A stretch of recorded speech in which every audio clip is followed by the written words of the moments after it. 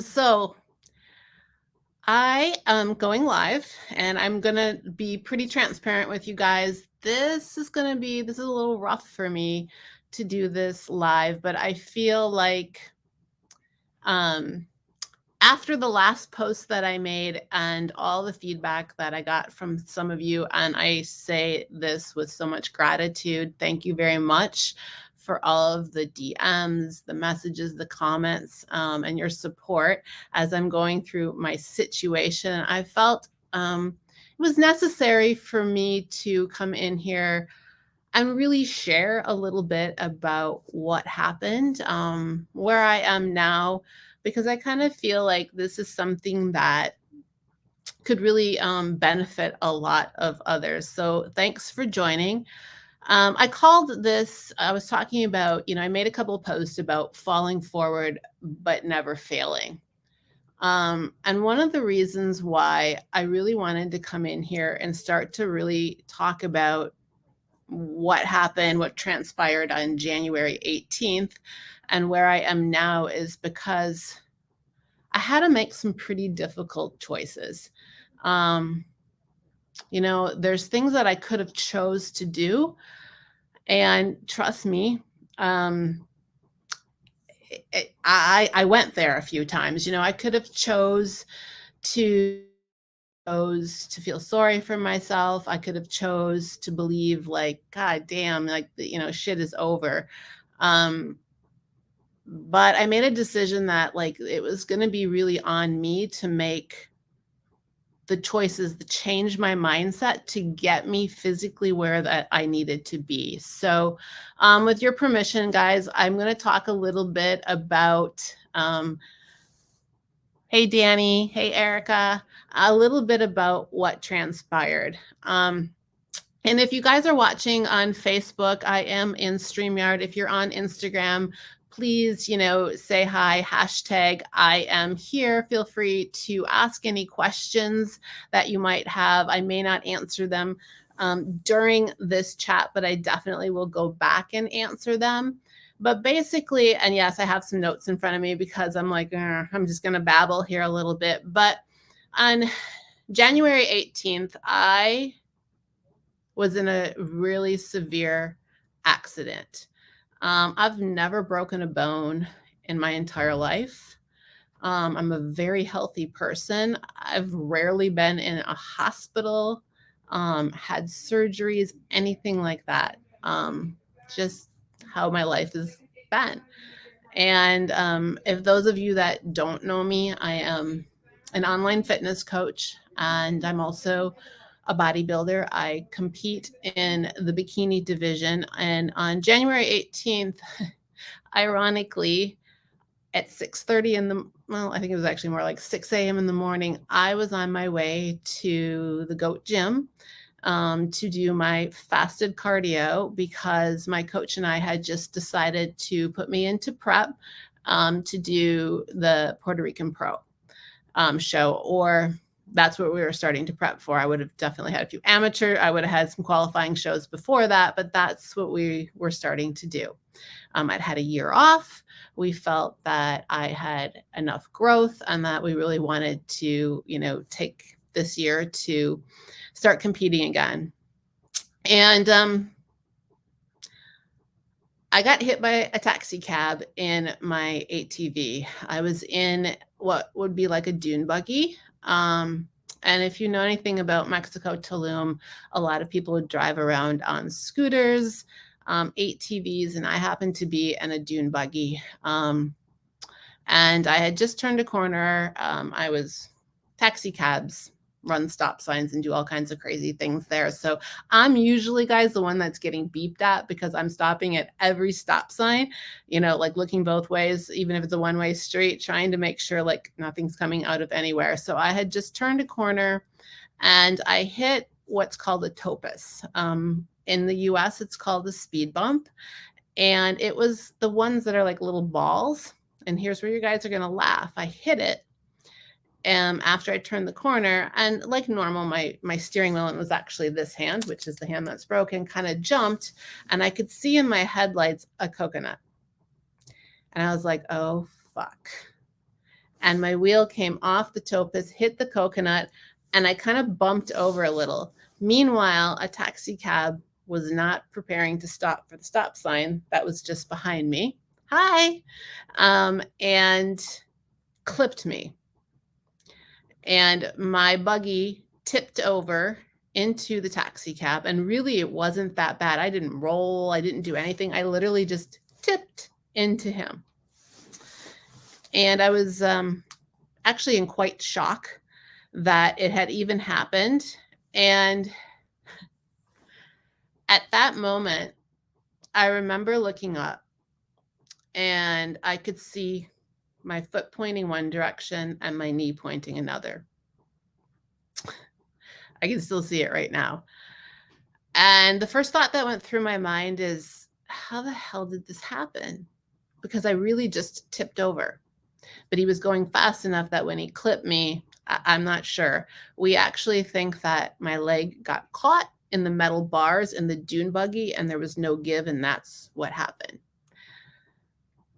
And there was, and I share this with you just to bring you into the story, there was a taxi cab driver yelling at me in Spanish, pointing at his car, which clearly he had run into me because there was a hell of a lot more damage done to his car than my dune buggy, not helping me. And I'm looking up at my leg with my foot going one way and my knee going the other way, thinking, fuck, this is how it's going to go.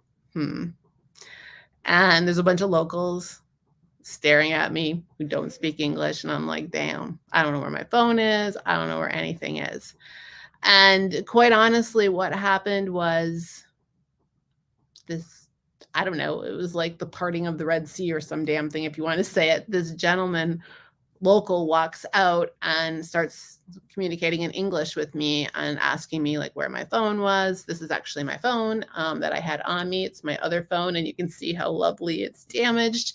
It had gone flying. My wallet, everything had gone flying. He started asking other people to help find it, asked me if there was anybody I could call. It was 6:30 in the morning. Any of the local people that I knew or anybody in the US just wasn't answering. I was actually in Tulum all by myself. I didn't have anybody with me.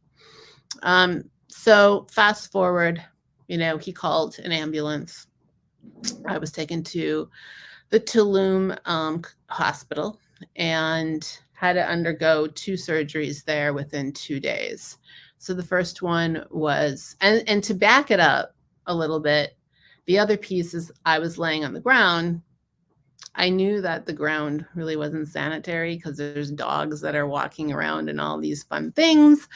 And so I don't even know how I did it. I just remember taking my good arm and pulling myself up off the ground, and literally, if you have a weak stomach, I'm sorry, I turned my leg, I just fixed it. I reached up and I fixed my leg. I twisted my foot around and then I pulled myself up off the ground. So I was at least sitting in the buggy, and my leg would not, because it was a compound fracture. So the leg would not, touch the ground. And there was you should have saw my tennis shoes.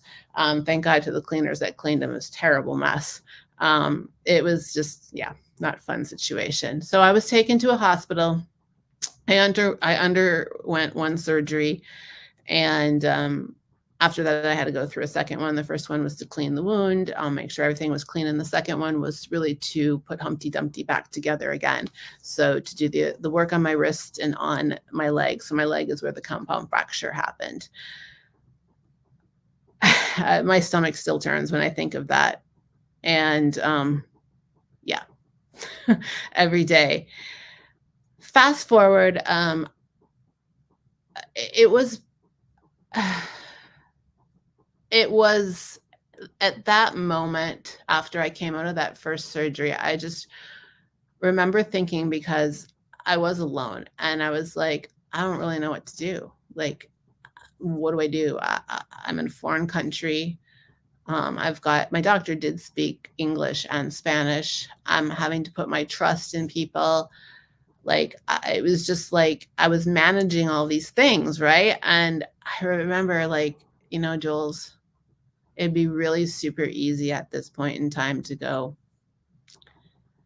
fuck it. you know. And I thought, no, this is not the mindset that's going to get me through this. The mindset that's going to get me through this is that this is, and this sounds very cliche, but I believe this, that this has been put in my path. This is a journey that I'm meant to be on.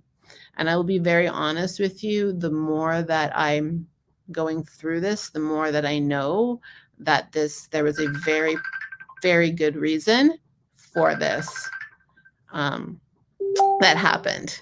I'm sorry about that, guys. I think I had a phone call coming in from Messenger.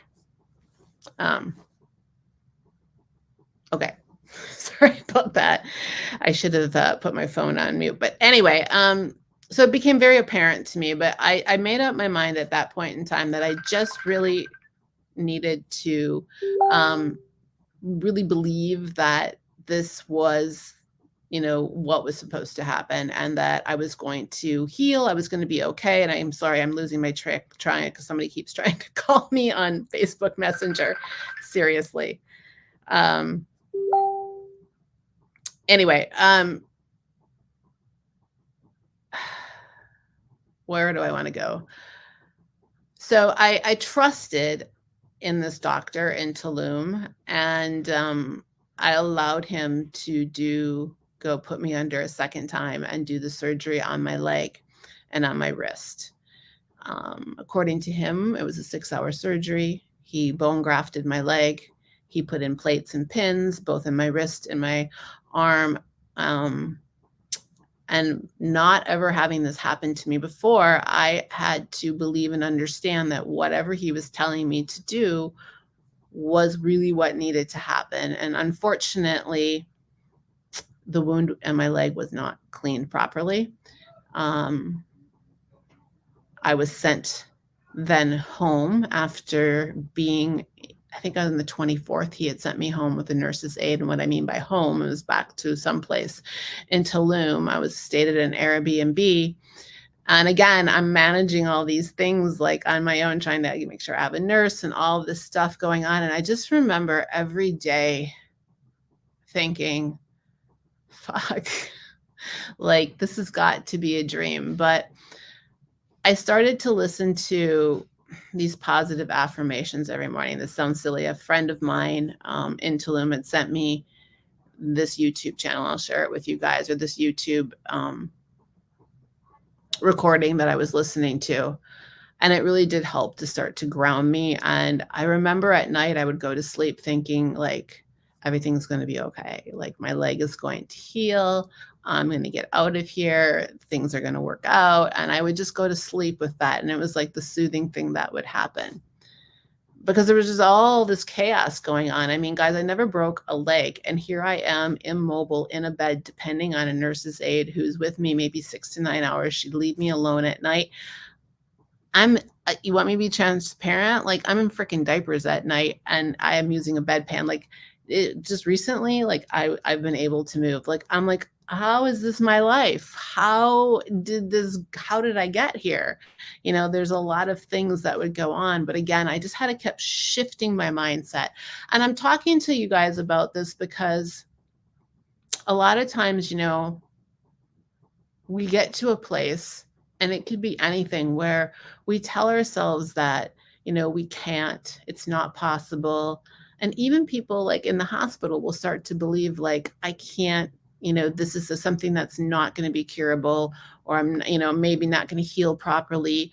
And the mind, guys, is so, so, so powerful. It believes everything. Like the body believes everything the mind tells it. And I'm a firm believer in that.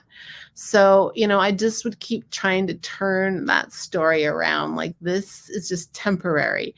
These are things that are not happening to me. This is happening for me. There's a reason behind this. And, I do believe, as I said, as I've been going on, that there is a reason behind it. And, it's possibly to bring more of a message to all of you guys. I mean, I can't, like I said, lie to you and tell you that I didn't cry. I'm surprised I haven't cried yet. I'm not going to lie to you and tell you that I've had moments of doubt.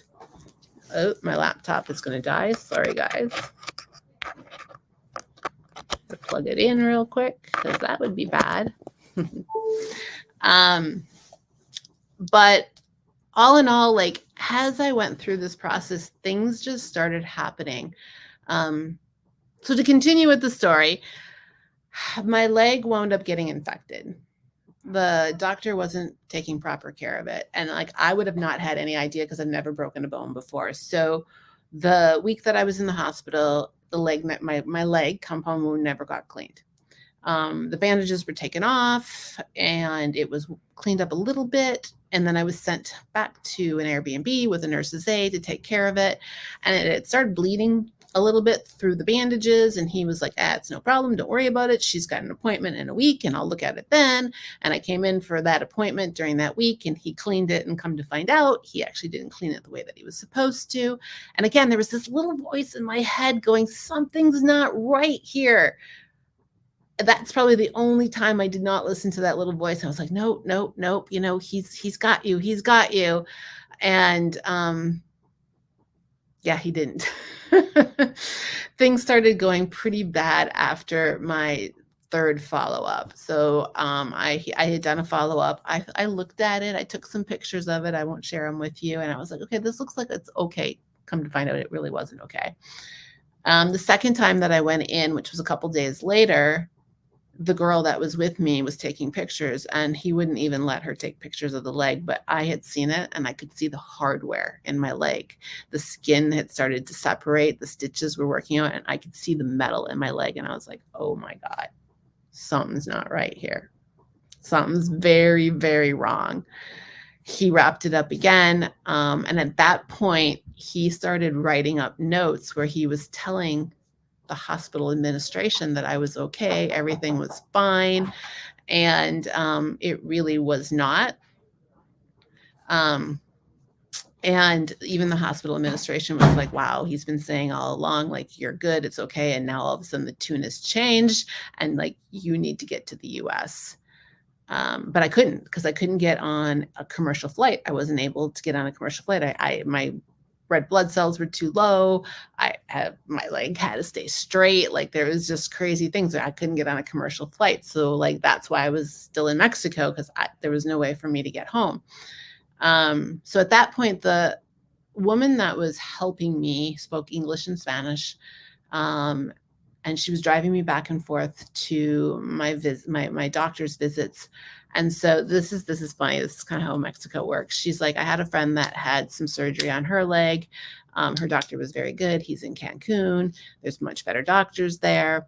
Let me ask her who he was and start messaging him. No joke. This is a Friday.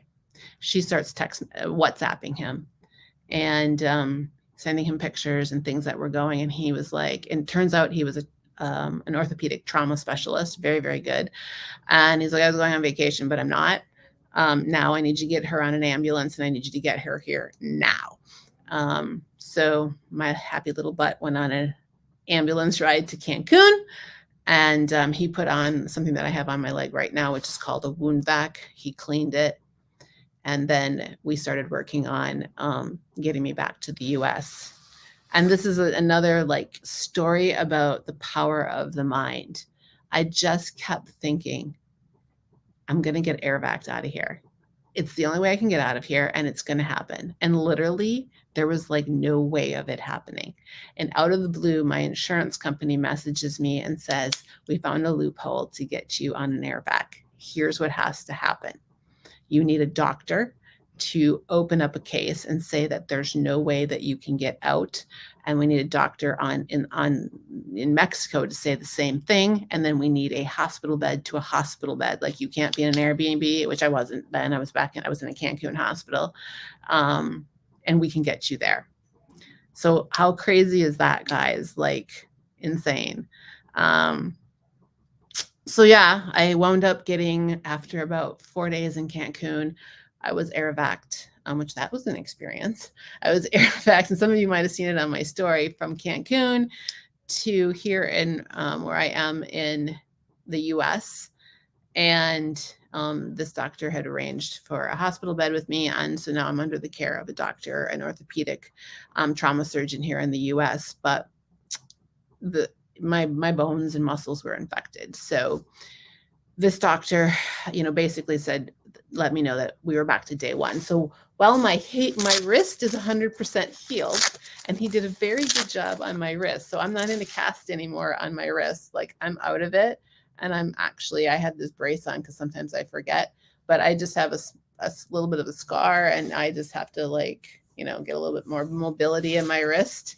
And I only wear this because sometimes I forget it's broken and then I want to lean on it or do something silly. So this reminds me that, you can't lean on your wrist. But, well, he did a really good job on this.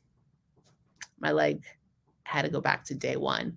So the doctor here took out, and hopefully this isn't boring you all, but because of the infection in my leg, he had to take out all the metal.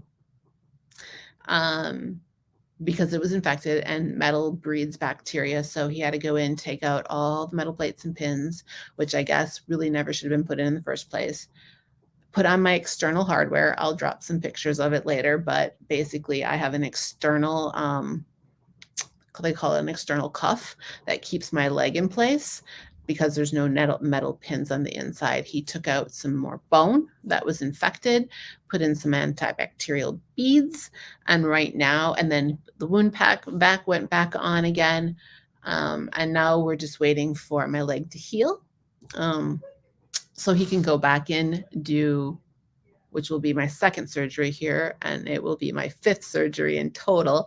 He can go back in and put the plates back in, and then I will be able to go to acute rehab and start to learn how to move around. But your girl is already moving around. Yesterday I was so excited, and today I've actually managed to. This thing is heavier than me. This big old metal thing, goddamn, it's like heavier than me. But I've managed to get into a walker, and I've been moving around. No more bedpan for this girl. Yeah, I'm going to be very transparent with you. I can move myself slowly to the restroom. I've been walking around. It does take a lot out of me. I will say to any of you, unilateral work is super important, guys. If you don't do unilateral work, do not start to do it. I'm here to tell you my balance on my left leg, and I'm right-legged, and I give this all to single leg RDLs. I have the huge strength in my left leg, and I can balance on it because I can't put any weight on my right leg. It's not weight bearing yet. And I can, even the nurses here are like, how do you balance so well? I'm like, girlfriend, you need to start doing some single leg RDLs. So thank the good Lord for those. And don't skip out, guys, on unilateral work. But anyway, if you guys would like to hear more about this, would like me to continue to go live and talk about where I'm at, what I'm doing, how my journey is coming, and you'd like to do me to do this on a regular basis, let me know in the chats. But my biggest message to you guys, and I kind of had a feeling I might kind of get off track with all of this, is I had to make some really difficult choices. I had to choose to wake up each morning grateful. I had to choose to show up for myself every day, even on the days I didn't want to. I had to choose to show up for my tribe. I have a tribe of women counting on me. I had to choose not to allow negativity to consume me and to maintain a very positive, upbeat attitude. I chose positivity every day. And I still do. As soon as my mind starts to go here, and don't think it, I look at things and I'm I start to think big picture, and I'm like, what's going to happen when? Because I know my knee has really been stable, and once it's stable, how am I going to be able to bend it? And am I going to have some muscle atrophy? What's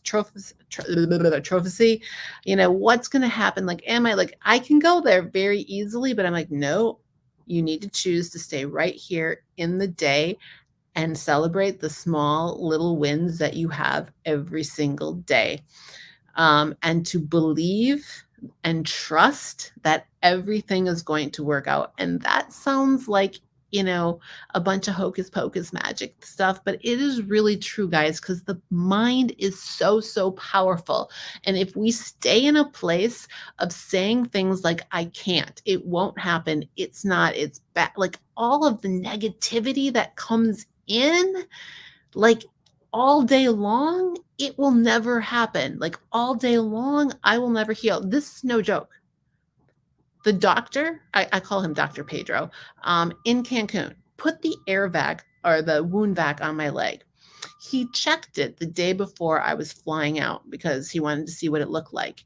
And he was like, holy shit. He's like, this looks really good. I've never seen anything like that. He goes, what have you been doing? And jokingly, I said, I've been sprinkling magic on it. I go, I pray over my leg every day. I said, and I run white light up and down it and ask it to be healed. And he looks at me and he goes, he kind of chuckles and he says, well, whatever you're doing, he's like, keep doing it. He goes, because this damn leg is healing. He's like, it's looking really good. I did not expect it to look like this.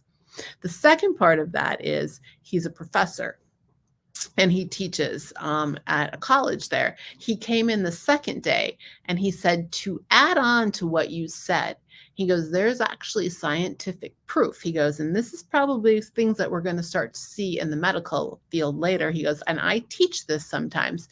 He goes, about the mind. He goes, and the power of visualization and seeing things in a more positive light and the body starting to heal itself actually faster. Now, I've always believed that, and it's something that I teach a lot to my tribe. Like, if you want to look a certain way, if you want to feel a certain way, if you want to, you have to visualize it. You have to see yourself already there. What does it look like? Who are you with? What are you feeling? Like, what is the emotion behind it? And if you believe all of these things, shit, you're going to manifest that. It's going to happen because the mind is so powerful and the body believes everything the mind tells it. 110%. I'm living proof right now. So I leave you guys with that. And I'm 1,000% committed to continuing to share my story with you. I'm committed to taking you along on this journey because I feel it's important. I'm committed because I feel like this is something that can help many people. And not just sharing all the good things, sharing kind of the shitty things too, because you need to see that. But yeah. Thanks, guys, for tuning in. I'm surprised I didn't cry. I've been rather emotional here and there, but I hope that this helped. And like I said, my biggest message right now, guys, is there's nothing so grand that you can't turn around with your mind. It's so true. Like, whatever is going on in your situation right now, be it health, be it weight loss, be it wealth, financial, relationships, don't lean into the negativity. Don't allow that energy to consume you. Change the mindset. Look at it differently. See it in a more positive way. And the other thing, guys, you got to do is you have to surround yourself with a circle of positive energy, a tribe that is really, tribe that's got your vibe. Okay, that sounds serious, kind of silly, but you need to surround yourself with very positive energy. And sometimes you have to let go of people that may be negative. And I'm going to tell you, this is a tough one to swallow. And I'm going to be really, really, thank you, Will. Thank you very much. I love you, buddy. I've had to let go of a few people during this that I realized didn't have my back. Like, really did not have my back. And it still is. It's kind of tough. And want to know something else that's funny? The angels that showed up in my life, and I called them angels, people I would never have suspected to step up. Never even asked them. They just showed up. showed up out of nowhere. And we're more supportive, helpful, positive energy than anybody else. So think about that, guys. Sometimes we have to let go of things that no longer serve us. It's not easy, but it's turning the page. All right, guys, with that, I'm going to peace out. Thanks for tuning in. And I will make a commitment. Is today Tuesday? To start showing up live every week. I'm saying it right here. So now you got me on it, and letting you know more about this journey and where I'm at. Again, any questions, drop them in the comments. I will get back to them. Peace, love, protein. You guys are the best. Those of you that have been supporting me, asking me questions about how I'm doing, please know I have so much gratitude for all of you guys in the DMs checking on me. Love y'all.